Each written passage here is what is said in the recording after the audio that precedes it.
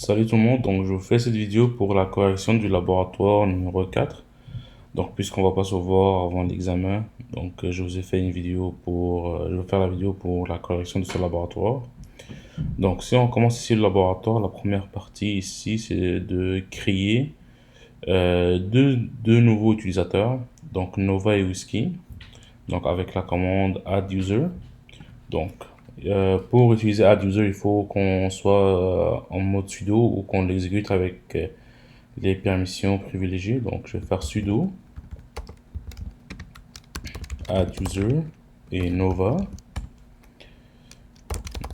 Donc, vous pouvez donner n'importe quel mot de passe à Nova. Il faut juste pas l'oublier.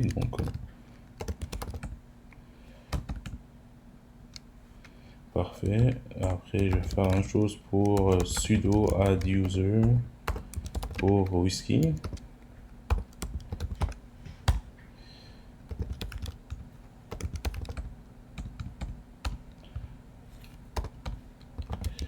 Parfait. Donc là, j'ai mes deux utilisateurs de créer. Donc là, il faudra que je crée un nouveau groupe qui se nommé Boston. Donc sudo add group et Boston. Oups. Donc maintenant que le groupe est créé, mes deux utilisateurs sont créés, il faudra que je les ajoute au groupe Boston. C'est avec la commande usermod. Vous devez avoir déjà vu ça dans votre premier cours de Linux. Mais c'est sudo usermod. La touche, donc l'option A et G majuscule pour, donc A c'est pour dire ajouter groupe et G pour dire groupe. Et là on donne le nom du groupe, donc là c'est Boston. Et on donne le nom de l'utilisateur qu'on veut ajouter, donc Nova. Je fais la même chose avec Whisky.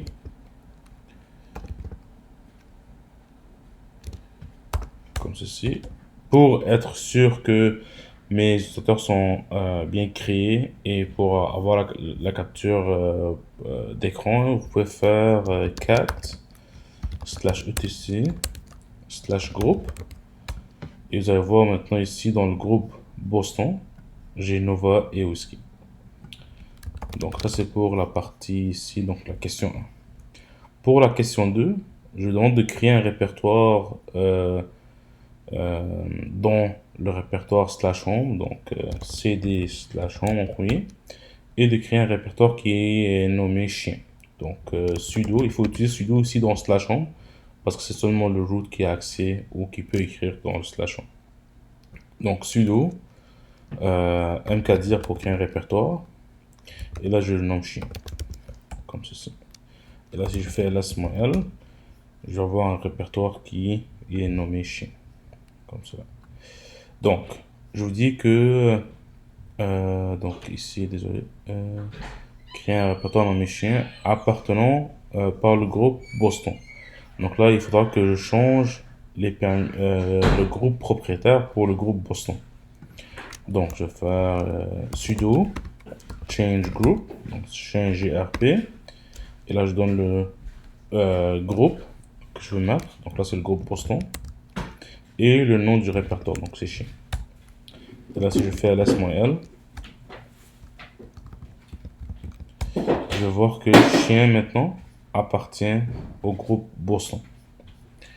Donc ici on dit qu'appliquer les permissions suivantes au répertoire aussi. Donc la première chose c'est les usagers du groupe Boston peuvent créer des fichiers dans le répertoire chien.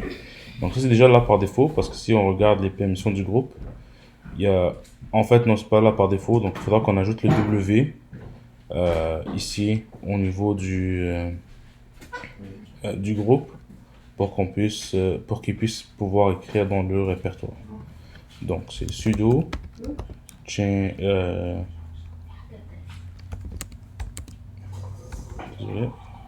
chmod G pour dire groupe plus W sur chien. Là j'ai fait ls-l. Maintenant sur le répertoire chien, le groupe Boston peut lire, écrire et exécuter des fichiers là-dedans.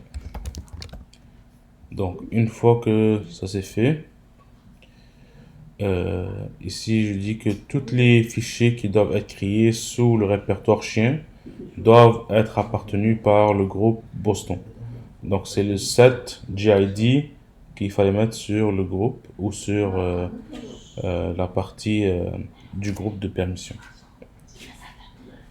Donc, on peut dire sudo chmod j pour dire groupe plus s et chien.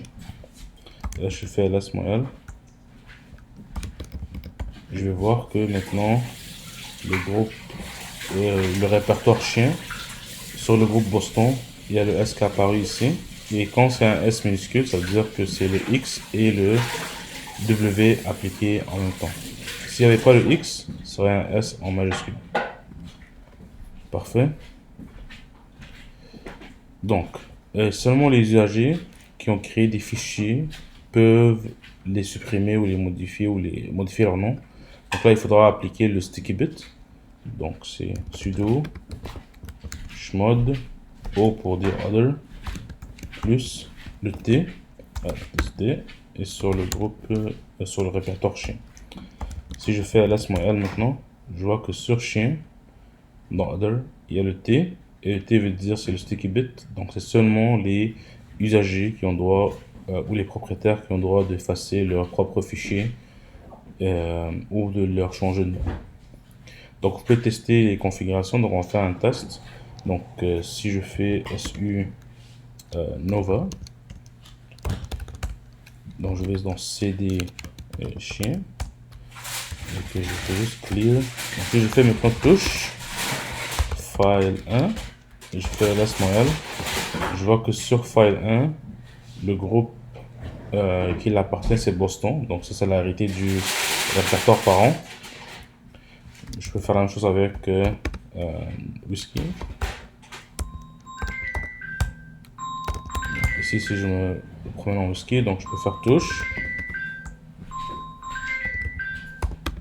file 2. Là, j'ai fait ls-l. Je vois que j'ai file 1 et file 2 qui ont été créés. Le file 2 appartient à whisky, mais le groupe est toujours Boston. Et maintenant, je suis comme whisky. Si j'essaie de supprimer un fichier qui a été créé par Nova, donc rm file 1, vous allez voir que j'ai pas de permission car il y a le sticky bit qui a été appliqué. Donc ça c'est pour la partie 1. Pour la partie 2 ici, c'est là où cette partie-là, elle touche les processus.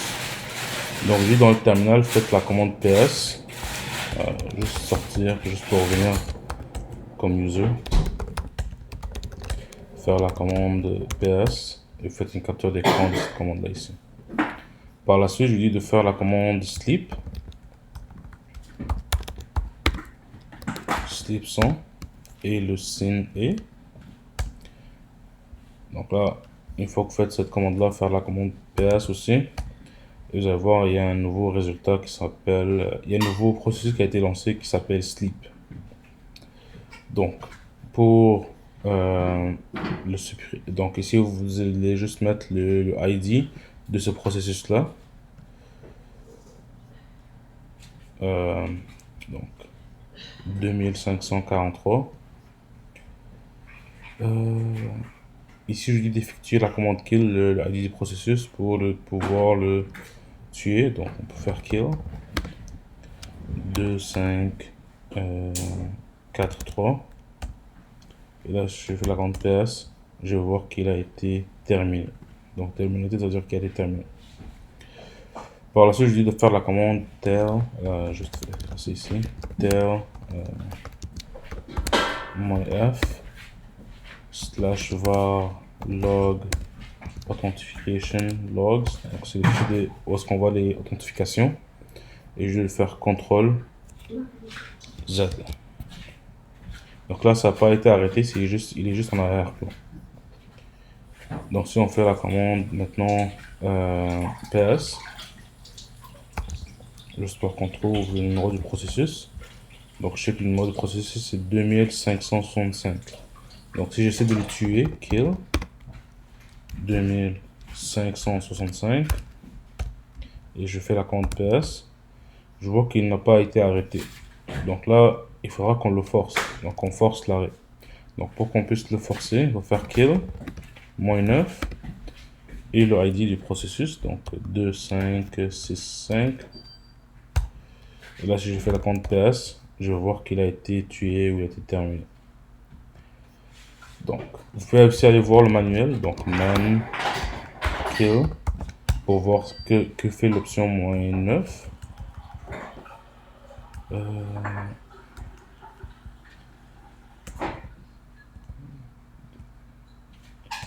Est-ce que je suis descendu trop vite? Non, je pense que je suis descendu trop vite. Kill -9.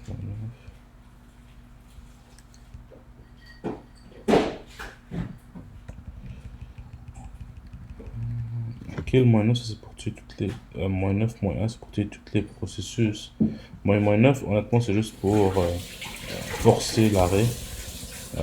Je sais pas pourquoi ça ne dit pas ici, ou peut-être c'est moi qui le vois pas.